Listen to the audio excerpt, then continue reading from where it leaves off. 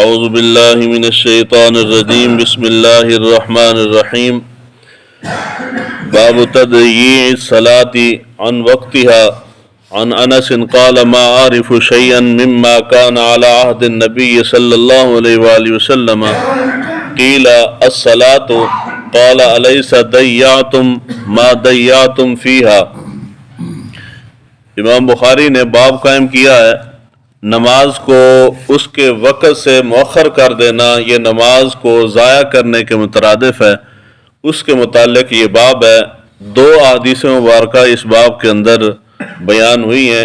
روایت حضرت انس بن مالک رضی اللہ تعالیٰ عنہ، ان کے متعلق راوی کہتے ہیں کہ وہ ایک دن فرما رہے تھے کہ کوئی ایسی شے اب باقی نہیں رہی جو حضور صلی اللہ علیہ وآلہ وسلم کے زمانے مبارک میں موجود تھی۔ تو راوی نے کہا کہ کیا نماز، یعنی نماز بھی باقی کوئی نہیں رہی؟ حضور کے زمانے میں نماز تھی، اب نماز تو موجود ہے۔ تو انہوں نے کہا کہ نماز بھی کہاں باقی رہی ہے کہ نماز کو بھی تم نے ضائع کر دیا ہے۔ دوسری روایت ہے، اس سے اگلی روایت ہے، اس کے اندر راوی کہتے ہیں کہ میں حضرت انس بن مالک رضی اللہ تعالیٰ عنہ کے پاس حاضر ہوا، آپ دمشق میں تھے، میں دمشق میں آپ کے پاس گیا تو آپ اس وقت وہوا یبکی، آپ رو رہے تھے۔ تو میں آپ کے پاس جا کے بیٹھا اور میں نے کہا کہ آپ کیوں رو رہے ہیں، کون سی چیز آپ کو رلا رہی ہے؟ تو آپ نے فرمایا کہ کوئی ایسی شے نہیں ہے اس وقت کہ جو میں پہچانتا ہوں۔ پہچاننے سے مراد جو چیز پہلے موجود تھی حضور کے زمانے میں اور اب بھی وہ موجود ہو، تو وہ ساری چیزیں ختم ہو گئی ہیں۔ تو اور راوی نے کہا کہ کیا نماز؟ تو آپ نے فرمایا کہ نماز بھی کہاں باقی رہی ہے۔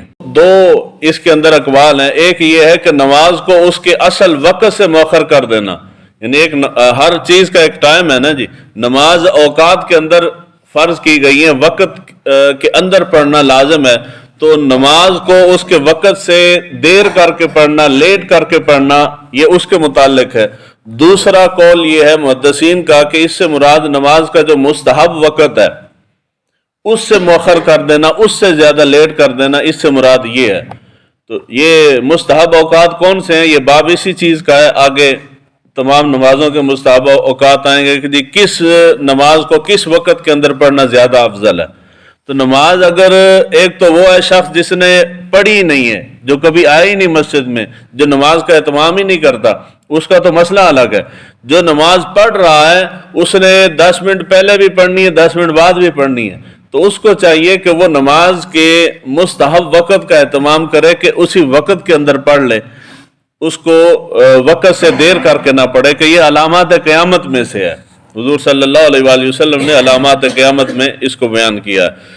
حضور صلی اللہ علیہ وآلہ وسلم کے زمانہ مبارک کے بعد یہ چیز صحابہ کرام رضوان اللہ اجمعین حکمرانوں کو دیکھ دیکھ کے روتے تھے۔ حضور کے زمانہ مبارک کے بعد یہ حجاج بن یوسف اور ولید بن عبد الملک یہ جس وقت آئے ہیں، ان کے بارے میں بہت زیادہ آثار موجود ہیں کہ یہ نمازوں کو مؤخر کرتے تھے، حتیٰ کہ ایک راوی بیان کرتے ہیں کہ ایک دن ولید نے جمعے کو اتنا لیٹ کر دیا کہ میں آیا اور میں نے دیکھا لوگ بیٹھے ہوئے تھے، تو میں نے آ کے عصر کی نماز پڑھی۔ اب انہوں نے عصر کی نماز پڑھی تو اس کا مطلب یہ کہ عصر کا ٹائم ہو گیا تھا، عصر کا ٹائم بھی شروع ہو گیا تھا۔ عصر کی نماز پڑھی اور اس کے بعد بھی کام لیٹ تھا، پھر میں نے ظہر کی نماز پڑھی، اس کے بعد ہم بیٹھے رہے حتیٰ کہ شام ہونا شروع ہو گئی، تو اس وقت ولید نے ہمیں جمعہ پڑھایا، یعنی مغرب کا ٹائم شروع ہوا تو اس نے ہمیں جمعے کی نماز پڑھائی ہے۔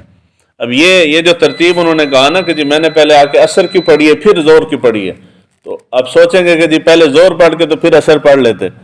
ترتیب یہی ہے کہ جب آپ نے کوئی چیز پڑھنی ہے تو جس نماز کا پہلے ٹائم ہے اس کو پڑھیں، جو قضا ہو چکی ہے اس کو بعد میں پڑھیں گے۔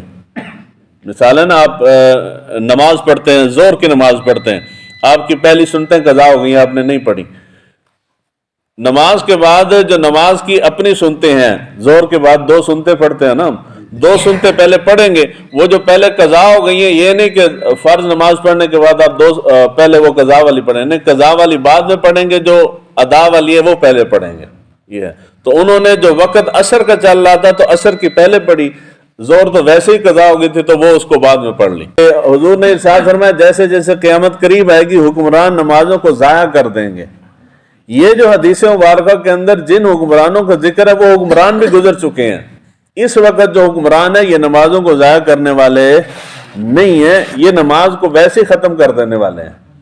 ضائع کرنا یہ ہے کہ جو نماز کو وقت سے لیٹ کر کے پڑھا ہے تو یہ تو پڑھتے ہی کوئی نہیں ہے، تو معاملہ ہی ختم ہو گیا اس وقت. یعنی یہ نماز کا مؤخر کرنا، نماز میں تاخیر کرنا، نماز کو لیٹ کر کے پڑھنا، یہ علامات قیامت میں سے ہے، اور وہ علامت گزر چکی ہے. جس علامت کے اندر ہم موجود ہیں یہ وہ وقت ہے کہ جس کے اندر نماز کو بالکل چھوڑ دیا گیا، عوام نے بھی اور خواص نے بھی نماز کو ترک کر دیا گیا. یہ بھی علامات قیامت میں سے ہے.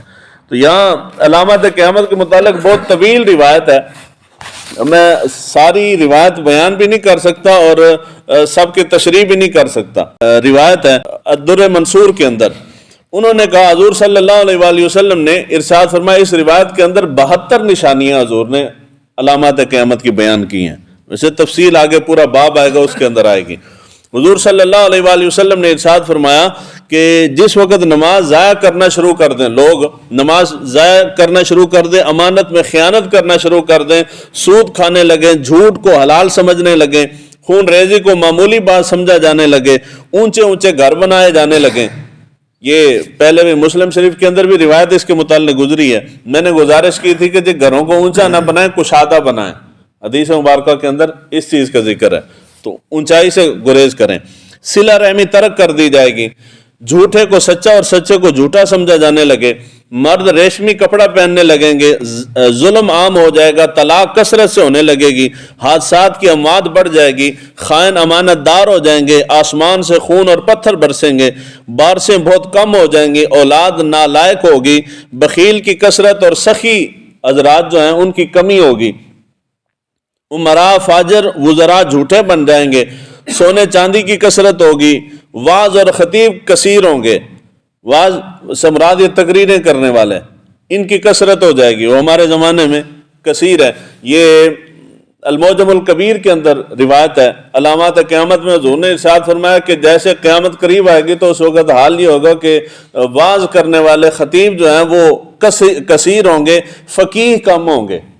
فقیہ دین کو سمجھنے والا، دین کو سمجھ کے مسائل بیان کرنے والے، یہ لوگ کم ہوں گے، اور واعظ و نصیحت کرنے والے، لمبی لمبی تقریریں کرنے والے یہ بہت زیادہ ہو جائیں گے. تو اس زمانے میں بہت زیادہ، اتنے خطیب ہیں بندے کی عقل دنگ رہ جاتی ہے کہ اتنے خطیب ہم نے پیدا کر دی ہیں. اس کے بعد قرآن کو زیور پہنائیں گے. یہ سجا سنوار کے جو قرآن کو ہم نے رکھا ہے یہی ہے زیور پہنانا اس کو. ممبر، لمبے لمبے ممبر تیار ہوں گے. بڑی بڑی مسجدوں کے اندر کتنے بڑے بڑے خوبصورت لمبے لمبے ممبر پڑے ہوتے ہیں. یہ ہے. تو شراب عام ہوگی، حدود معطل ہو جائیں گی، عورتیں مردوں کی ہم شکل بننے کی کوشش کریں گی، لوگ غیر اللہ کی قسمیں کھائیں گے. اس کے اوپر بڑی تفصیل سے بیان ہو چکا ہے. قسم اللہ تعالیٰ کی ذات کے علاوہ کسی کی کھانا شرعاً جائز نہیں ہے، صرف رب کی کھائیں، اگر کھانی پڑ جائے بامر مجبوری، وگرنہ گریز کرنا چاہیے. اس کے بعد ہے صرف جان پہچان والوں کو سلام کیا جائے گا، جس طرح ہوں اسی کرنے ہیں. ہوں تو جان پہچان والے بھی نہیں کرتے، عادت ہی ختم ہوگی سلام کرنے دے. سلام کو عام کریں، چاہے جانتے ہیں نہیں جانتے سلام کریں اس کو. اس کے بعد قوم کا سردار ذلیل اور کمینہ شخص ہوگا، بیٹا باپ کا نافرمان ہوگا، وہ دوست کو باپ پر ترجیح دے گا. یہ ہمارے زمانے میں عام ہے. شوہر بیویوں کی اطاعت کریں گے، فاسقوں کی آوازیں مساجد میں بلند ہوں گی، لوگ گانے بجانے والی عورتوں کو پسند کریں گے، گلوکاراں جڑیاں نے ان کے متعلق ہے. انصاف فروخت ہوگا، ظالموں کے مددگاروں کی کثرت ہو جائے گی، اور لوگ قرآن کو موسیقی کی طرز پہ پڑھیں گے. یہ چیز جو ہے، یہ آخری چیز، لوگ قرآن کو موسیقی کی طرز پہ پڑھیں گے. یہ چیز پاکستان میں صرف میں ہی بیان کرنے والا ہوں، اور کسی نے بیان نہیں کی. اور المیہ یہ بنایا کہ لوگوں کو سمجھ کوئی نہیں آ رہی. میں نے گزارش کی تھی، ایک جملے میں عرض کرتا ہوں، آگے حدیث مبارکہ آئے گی تو پھر تفصیل ہوگی. حضور صلی اللہ علیہ وآلہ وسلم کو فرمان ذیشان ہے قرآن مجید کے متعلق. حضور نے ارشاد فرمایا کہ قرآن کو عرب کے لہجے میں پڑھو. عرب سے مراد وہ عرب کا جو خطہ حضور صلی اللہ علیہ وآلہ وسلم جہاں تشریف لے کے آئے، یہ حجاز مقدس جو ہے اس کا خطہ. یہ جو مصر ہے، موجودہ مصر، یہ مصر حجاز کے اندر یا عرب کے اندر شمار نہیں ہوتا. یہ عرب سے الگ ہے، عرب کا خطہ نہیں ہے. عربی اب اس کے اندر بولی جانے لگی ہے تو یہ الگ شے ہے، مگر وہ شرعن جس کے متعلق حضور نے فرمایا وہ عرب کے اندر شمار نہیں ہوتا۔ جس طرز پہ اس وقت عرب قراء تلاوتیں کرتے ہیں، پاکستانی بیچاروں کو تو سیدھی تجوید بھی کوئی نہیں آتی، ان کی تو خیر بات بھی کوئی نہیں، جو عرب کر رہے ہیں ان کی بات کر رہا ہوں۔ عرب قراء جس طرز پہ تلاوت کرتے ہیں، سعودی عرب والوں کو چھوڑ کے، سعودی عرب والے ایسے قرآن اس طرح نہیں پڑھتے۔ دوسرے ہمارے پاکستان کے اندر آپ نے دیکھا نا مصری قاری آتے ہیں، جی سوڈان سے آ رہا ہے، شام سے آ رہا ہے، فلاں ملک سے آیا جی فلاں، ہم احساس کمتری کا شکار ہیں، اپنا بے شک کتنا ہی اچھا پڑھنے والا کیوں نہ ہو، جی مصر تو آیا تو بس منہ کھل جاتا ہے، جی واہ واہ واہ بہت اچھی تلاوت کی ہے، حالانکہ وہ غلط کر رہا ہو۔ جتنے عرب قراء، مصری قراء، شام کے قراء آتے ہیں وہ پڑھتے ہیں مقامات کے تحت تلاوت کرتے ہیں۔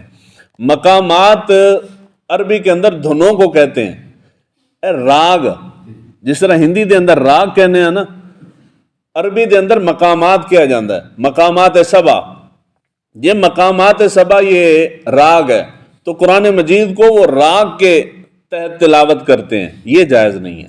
یہ جو حضور نے فرمایا نا کہ قرآن کو موسیقی کی دھنوں پہ پڑھا جائے گا، آپ جا کے سرچ کر لیں، کسی گلوکار سے جا کے پوچھ لیں، مقامات اور یہ راگ بالکل سیم ایک ہی چیز ہے، اسی طرز پہ گانے گائے جاتے ہیں اور اسی طرز پہ وہ قرآن کی تلاوت کرتے ہیں۔